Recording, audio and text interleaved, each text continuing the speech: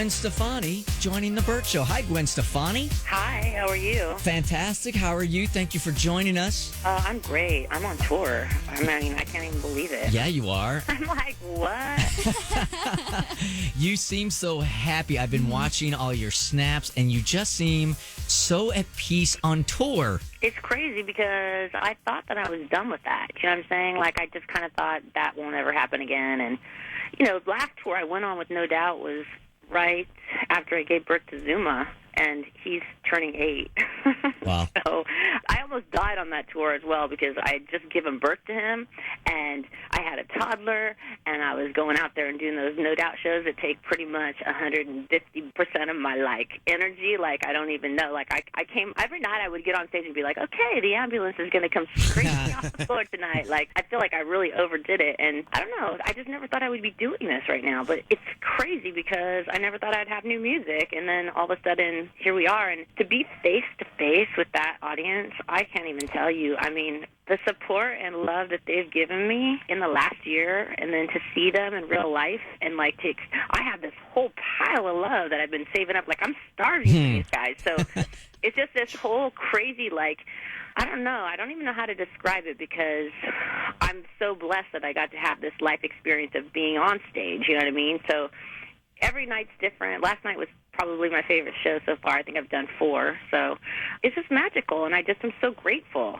So grateful. I'm going to probably ask you to describe the undescribable, like what it is like to be on stage in front of like 30,000 people and hear people singing your words to your songs back to you. Is it intoxicating? I mean, I really want to know what it, from inside out, what it feels like to experience it through your words. Okay, so I can answer with one word. It's spiritual. It literally is spiritual because you have to understand that, like, when I first started writing music, I had no idea how to write music. I didn't know that I could write music. I don't play an instrument. Do you know what I'm saying? So where did it come from? Do you know what I'm saying? Like, where was this gift, this hidden gift I didn't even, nobody told me? You know what I mean? I was just all of a sudden, all these songs were coming through me, and that was how I wrote The Tragic Kingdom, just because my boyfriend broke my heart, you know what I'm saying? So it's interesting that, like, after that, once you taste the blood of, like, sharing that, you know, and, like, having success, and it's a different kind of writing after that, you know what I mean? You can't be as innocent, but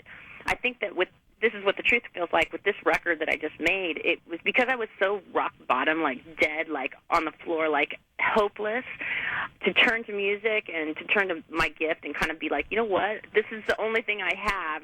Maybe I can do something with this, you know what I mean? And to be able to write a record and share it in real time, by the way, it's the first time I've ever been able to, like, write a song and put it out, you know, 2 weeks later. Like, Used to Love You, I wrote it and it was out. And it just, to be able to be face-to-face with the people that supported me, I can't really describe it except for, like, spiritual, like it was meant to happen, and it's so healing. Gwen Stefani hanging out with the Bert Show. Hey, Gwen, taking off on the healing part, in your career, what's the most cathartic song you've ever written? The one song that gave you the most peace?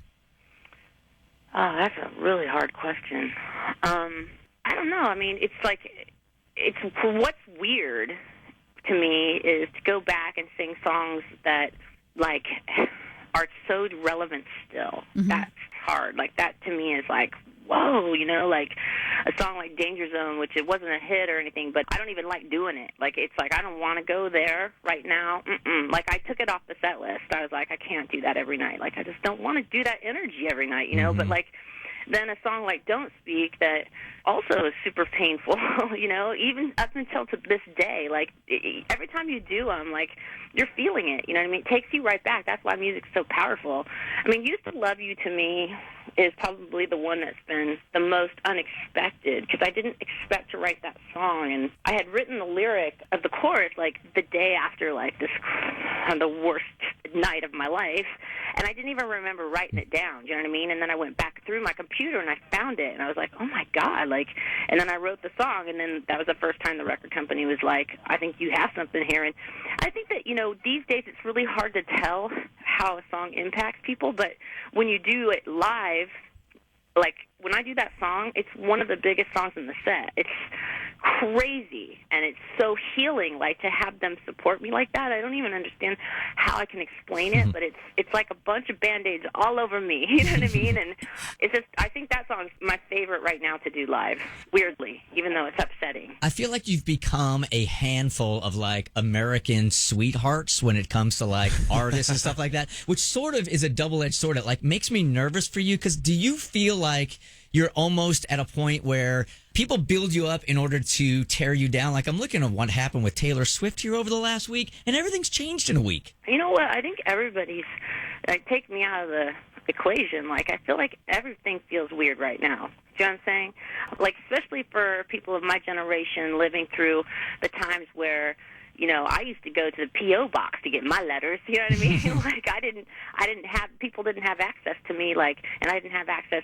The internet has just made a different world, and, like, there's a part of it that's so amazing, I love, but there's another part that is so negative, and everybody knows that. So I think that that's scary. You know, it is scary, and I don't like that, you know what I mean? I don't like how that feels, but there's nothing I can do about it.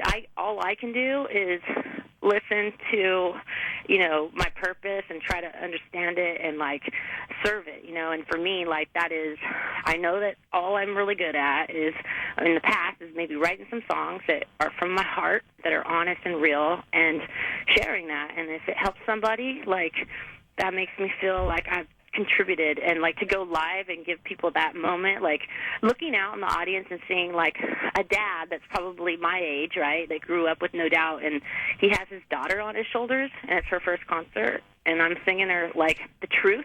Like, I'm singing her my truth, like, and she knows the lyrics. That, to me, is, like, me doing my job, you know what I mean? Like, my purpose. So I just feels really good. Like, I'm just not going to look at the negative. Like, if someone wants to tear me down for doing that, then I don't understand that. You know what I mean? Gwen Stefani on The Bert Show. And talking about the world we live in right now, have you had to alter how you're doing meet and greets because of what happened to Christina Grimmie, which was just so horrific? Yeah, I think they have, you know. There's got to be, everybody's got to be screened. Everybody's got to be in.